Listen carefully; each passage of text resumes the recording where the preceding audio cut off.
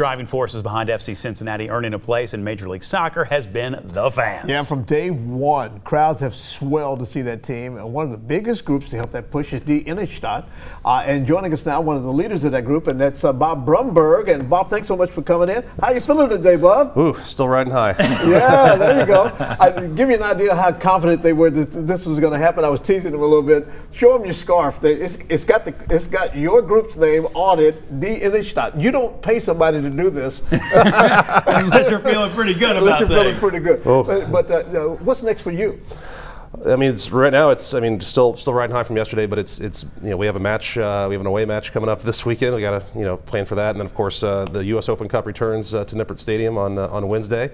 So it's business as usual as far as this season goes. We have still a lot of season to go to support the team, and looking forward to next year for sure. I'll tell you what, one of the most unique things I think about the fan base with FC Cincinnati so far, in terms of watching it, is it's one thing for a fan base to sort of relate with the players, or even relate with the coach, but there is a bond even with Jeff Birding, the team president, and the owner, and with Carl Leonard, to see him walking around and shaking hands with people. I don't think that's something you normally see.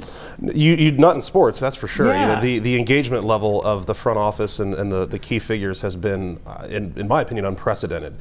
Carl has come out and just to mingle with supporters. I mean, this man doesn't have to do that. Yeah. Jeff is well known among the supporters. He mentioned on your earlier segment he'll stop into a supporters pub and just talk with people, and a lot of.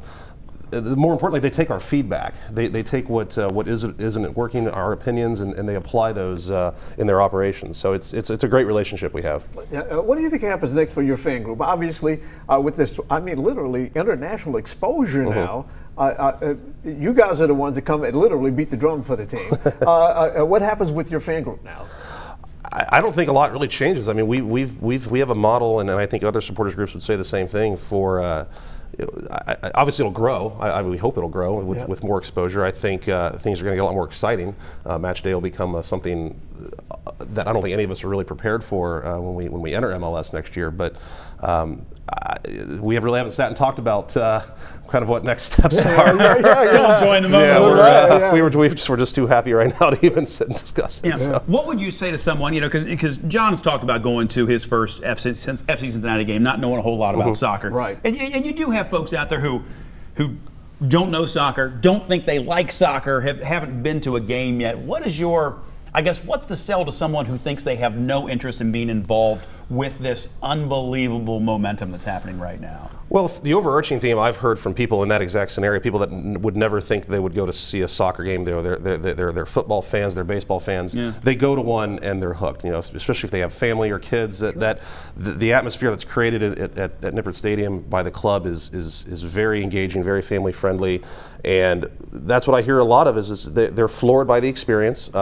It's a fairly timed event, so you know when it's going to be done. So if you need to get the kids home to bed, that's helpful. But I think people, even if they don't like soccer, it's nonstop movement, it's nonstop action, and it's a great atmosphere, and it's just a fun time. And I think anybody would enjoy it. All right, you guys have been a great part of making that atmosphere what it is. So I thank you, Bob, for coming in this morning and talking about it. Thank you.